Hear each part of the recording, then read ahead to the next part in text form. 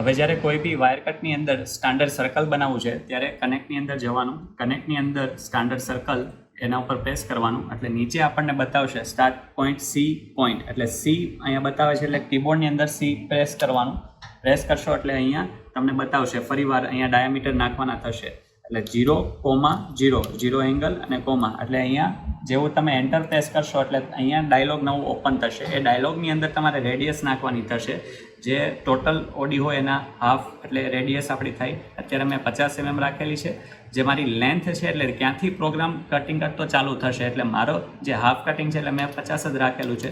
એ 50 રાખીને એ મીન્સ કે જે એંગલ હોય છે, જે સર્કલનો એંગલ આપણે કેટલો રાખવો છે, મારે 0 રાખવો છે એટલે 0 રાખીએ છીએ.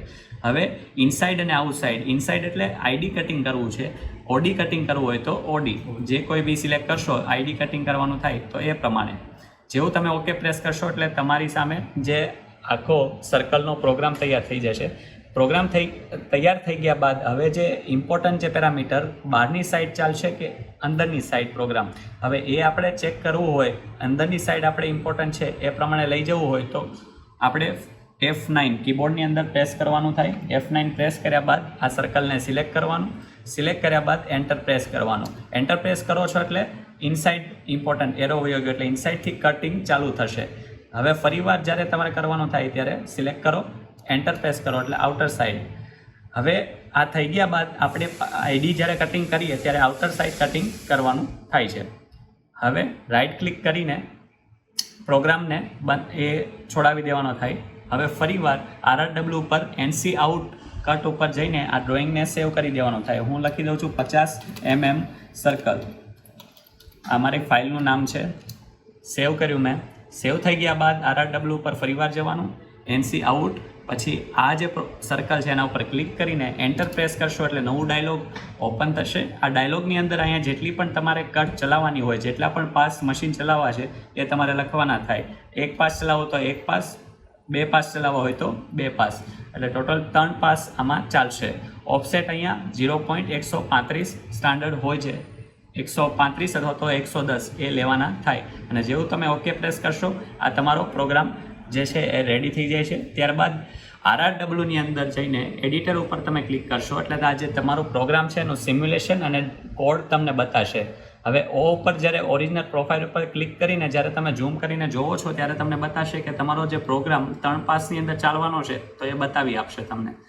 હવે અહીંયા જે બટન છે એક સિમ્યુલેશનનું બટન, એના ઉપર તમે ક્લિક કરશો એટલે તમને આખો જે પ્રોગ્રામ જે રીતના ચાલશે એ તમને બતાવશે. આ 1 પાસ 1 કટ ચાલીએ, આ સેકન્ડ પાસ હવે ચાલુ થયો તો એની કટ ચાલીએ, એટલે 3 પાસની અંદર 3 ટ્રીમ કટની અંદર આ પ્રોગ્રામ આખો ચાલવાનો છે એટલે એ તમને બતાવશે. આ પ્રોગ્રામ જેવો સિમ્યુલેશન થઈ જાય એટલે તમને ખરાઈ થઈ જાય કે પ્રોગ્રામ બરાબર ચાલે છે. હવે એ પ્રોગ્રામને સેવ કરવા માટે ફાઇલ, સેવ એઝ, અને ફાઇલનું નામ લખી દેવાનું થાય 50 mm સર્કલ. સર્કલ સેવ કર્યા બાદ આ પ્રોગ્રામ તમારો થઈ ગયો, ડિઝાઇન ડ્રોઈંગ રેડી થઈ ગયો. હવે એને ઇઝવિનની અંદર જઈને હવે તમારે આ પ્રોગ્રામને અપલોડ કરવાનો થાય. ઓપન અને ડાઉનલોડ ઉપર ક્લિક કરવાનું ફાઇલમાં જઈને, એટલે તમારો જે પ્રોગ્રામ હશે એ તમને બતાશે 50 mm સર્કલ. ઓપન કરો છો એટલે તમારો જે પ્રોગ્રામ છે અહીંયા તમને કમ્પ્લીટ આવી જાય છે. હવે જ્યારે બી ઈ કોડ હોય છે, આપણા ઈ કોડ પેરામીટર જે અલગ અલગ TO ઓન છે, TO of, IP, feed, sensitivity અને ગેપ. હવે આપણે જે મટીરિયલ વાઇઝ અલગ અલગ પેરામીટર બનાવેલા છે. આપણી પાસે ફેક્ટરીમાં D2 મટીરિયલ, S13, EN8, 24, તો એના અલગ અલગ જે પેરામીટર્સ છે એ આપણે લગાવેલા છે. હવે TO નો મતલબ શું થાય છે કે સ્પાર્ક આપણે કેટલો કરવો છે એ, એટલે સ્ટાર્ટિંગની અંદર સ્પાર્ક હંમેશા વધારે હોય, લેન્થવાળા જોબની અંદર સ્પાર્ક વધારે હોય. TO ઓફ એટલે જે આપણે જે સ્ટેબિલિટી, જે ફ્લશિંગ કરવાનો ટાઈમ છે કે ભાઈ ખમવાનો ટાઈમ છે, ઊભું રહેવાનો ટાઈમ મશીને જે તો એ આપણે 42, એટલે હંમેશા સ્ટાર્ટિંગની અંદર સ્પાર્ક ઓછો અને TO ઓફ વધારે રાખવાનો થાય છે, જેથી કરીને જે વાયર છે એ ટેન્શન ઓછા થાય, તૂટવાનો ઓછો થાય. IP છે તમારો જે કરંટ છે એ ઇનિશિયલ સ્ટેજમાં 3 હોય છે, આપણે મેક્સિમમ 7 સુધી રાખીએ છીએ, પણ અત્યારે આપણે રફ કટની અંદર 3.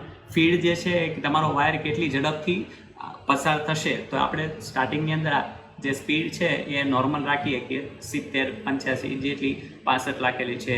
પછી જે સેન્સિટિવિટી છે, સેન્સિટિવિટી એટલે આપણે શું થાય કે જે સ્પીડ કે કેટલી ઝડપથી આપણે કોઈ પણ મટીરિયલ કાપવું છે, તો એ આપણે અહીંયા સ્ટાર્ટિંગની અંદર ઝડપ વધારે રાખી છે, ધીરે ધીરે આપણે ઓછી કરતા જઈએ છીએ પેરામીટર પાસ જેમ ઓછા થાય. અને પછી આપેલું છે ગેપ, કે જે બિટવીન વાયર અને જે પીસ છે, વર્ક પીસ, એના વચ્ચે ગેપ કેટલો રહેવો જોઈએ, તો એ આપણે સ્ટાર્ટિંગની અંદર વધારે હોય છે, ધીરે ધીરે ઘટતો જાય છે. તો એ જ પ્રમાણે હવે મટીરિયલ પ્રમાણે જેટલા પણ પેરામીટર છે હું અહીંયા સેટ કરી દઈશ. 30, 42 ટી ઓફ મારા ડિટેવ મટીરિયલના છે એટલે એ હું પેરામીટર નાખી દઉં છું. 3 બાજુમાં 65, પછી 70 અને 58. એવી રીતના ત્રણેય ઈ કોડના હું પેરામીટર નાખીને સેવ બટન ઉપર ક્લિક કરું છું અને ઓકે કરી દઉં છું. ત્યારબાદ આ પેરામીટર તમારા સેટ થઈ ગયા છે. હવે જ્યારે બી મશીન ચાલુ કરશો ત્યારે ઓટોમેટિક એ પેરામીટરની અંદર મશીન આખું ચાલુ થશે.